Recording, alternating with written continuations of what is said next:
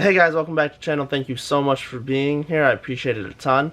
Now guys, before we get into the video, I want to mention a couple things. First of all, this video was recorded about 2 or 3 years ago. So, I mentioned I'm not very comfortable with driving a manual. Well, at that time, that's true. This video was recorded when I actually just got my pickup truck. So I wasn't really all that comfortable with driving a manual. I didn't have my Focus yet. I never really had any good time behind the wheel of any manual. So I mentioned that I'm not comfortable driving a manual in the video, and I don't really do any hard pulls of the Vette. Well, that is true because at the time I was not comfortable with driving a manual. The other thing I want to mention is the reason why I'm not redoing this review, like an updated review, now, when I know the car a little bit better and when I can get Van's input on it. Well, the reason is because the car is gone. Van actually sold that car about 6 or so months ago, so I can't really do a review on a car that isn't here. So I thought it was a really good review to upload, so I wanted to re-upload it from the Gearhead Drummer channel. So guys, enjoy the video.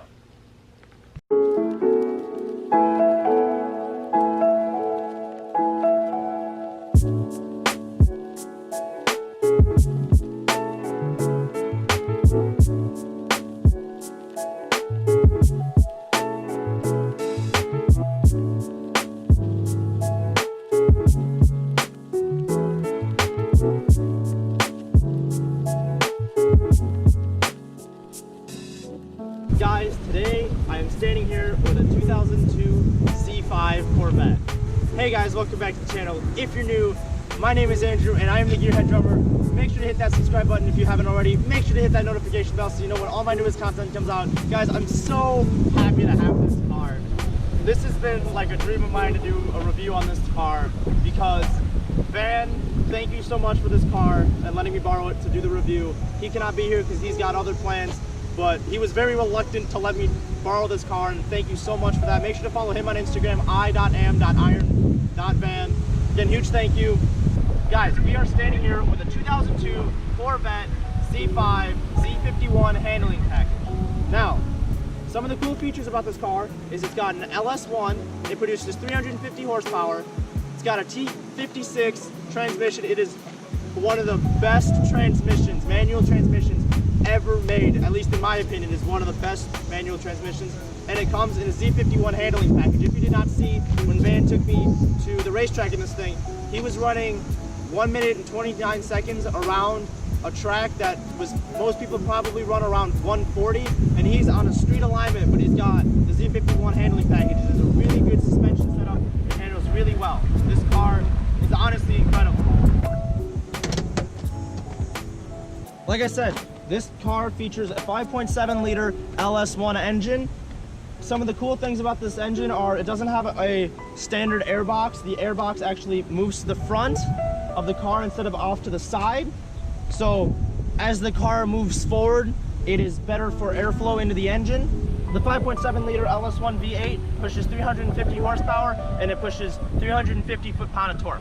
So 350 horsepower, big whoop, right? Most V6s can produce 300 horsepower. Even some 4-cylinders are pushing more than 300 horsepower. Well, even though yes, this is only 350 horsepower out of a V8, this car weighs only 3,100 pounds. It's made of a combination of fiberglass, 1% fiberglass to be exact, and 99% plastic. So it is extremely light. This body weighs relatively nothing. Like I said, this car does feature a 6-speed manual T56 transmission. It is one of the most smooth and one of the most buttery transmissions that I've ever felt, and it's still very aggressive gearing, perfect for when you're driving on the track. Quickly, different time and place, but so one of the greatest things is this targa top is freaking amazing. So the way you take it off is you move these visor out of the way, and then you have handles, one here and one there. First. And you have a handle right there, and you start with that one. So remove that, you flip these handles right here, and then it pops up.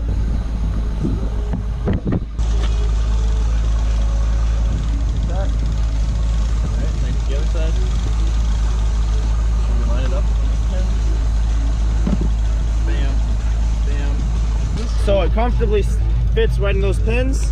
Then you lower it down, and you have switches right there, and boom, now it's locked into the car. Well, you gotta move that flag out of the way.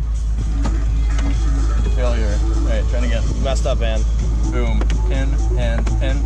And now it's in, and you can drive nice and comfortably. And those pins that were in the X are the same pins that go into these holes. Yep. As just mentioned in the other clip, we have the target top. Well, this car does feature a hatch-like trunk, which is really nice because you get all the features of a hatch, like getting a lot of trunk space, but this is still a two-door, I want to say it's a coupe, it's a target top, but it's still a two-door sports car, and it's got plenty of trunk space, and it's very, very good for daily driving in, I don't want to say perfect weather because, you know, you can drive this thing in the rain, but in good weather. You don't want to be driving this thing in the snow. It is still very low to the ground, and it is still a rear-wheel drive vehicle. Now, one of the coolest things this car has is pop-up headlights. Who hates pop-up headlights? Yes, they do make the car less aerodynamic, but when you're on a racetrack and driving, it's usually not at night, so usually you don't need pop-up headlights. And plus, these things look freaking cool.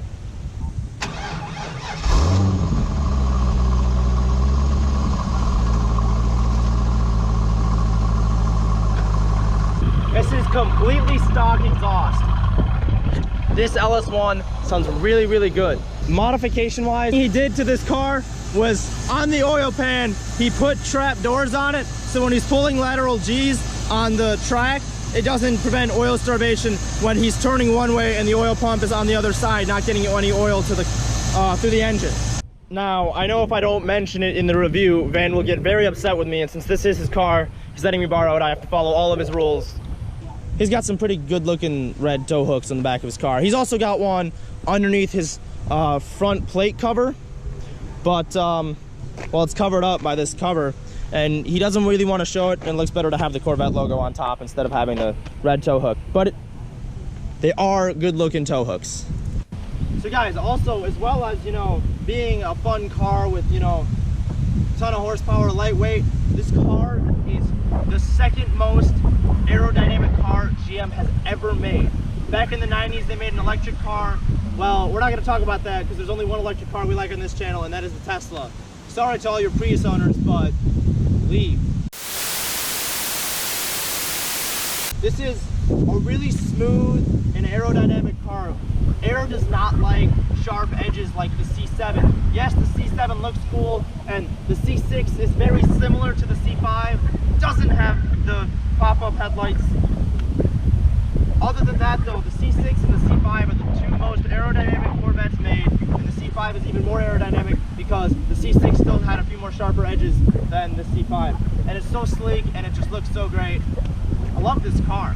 Now, before we start driving, this is the red key. This is a Dodge Hellcat. Van gave me the red key, the fast key. I don't know why he would possibly trust me with the fast key, but he gave it to me. So sitting in this car, as soon as you get in, it's actually quite comfortable. I adjusted all the mirrors previously to starting this review, and it's actually, I see very well out of this car, surprisingly. There's a lot of space forward, like this windshield isn't as flat as you'd think. The side view mirrors, you see a lot out of them for them being so small, and the rear hatch, you see a ton out of it, honestly. It's quite comfortable to be in this car. I don't feel compressed in it being a full black interior. It's really nice. Now, you can't do a review without driving a car.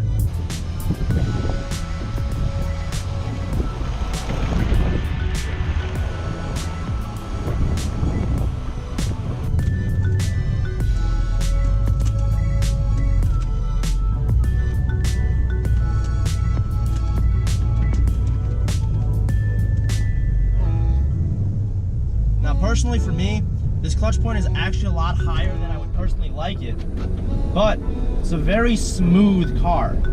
It doesn't, you know, the gearbox is really smooth. The clutch is actually really soft for a sports car. I would think it would be a lot harder. You pull the front turn signals out, so the car does click really fast. The rears still do work, but it sucks because the front doesn't.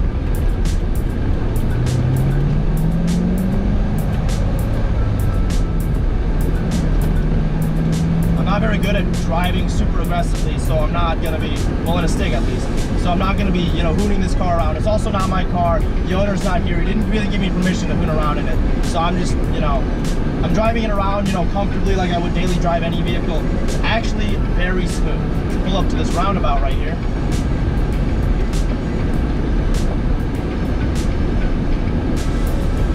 Now the really nice thing about this car is it is a Corvette with a Z51 handling package. It's smooth. I'm going 20 miles an hour, this car is still flat. I'm gonna go through this roundabout more than once just because it's really fun to drive with this thing. But I'm going about 20 to 25 miles an hour in this roundabout, and the car is still holding itself flat. It's not wobbling back and forth. It handles really nicely and really softly. And as far as engine wise, I'm in third gear, it will still pull out of the roundabout very comfortably.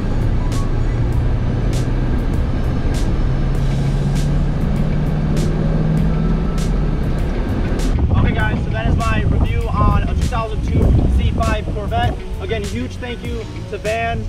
Make sure to follow him on Instagram. I am Iron Van. Thank you so much for letting me borrow the car. I appreciate it so much. It's a fun car to drive. It's great. Guys, if you like the video, if there's anything that you think I missed or that you think I should have said in the video, make sure to comment that down below. Guys, if you like the video, please make sure to like, comment, definitely hit that subscribe button so you know when there's more content coming out. Hit that notification bell so you know when it comes up. And guys, I will see you guys next time.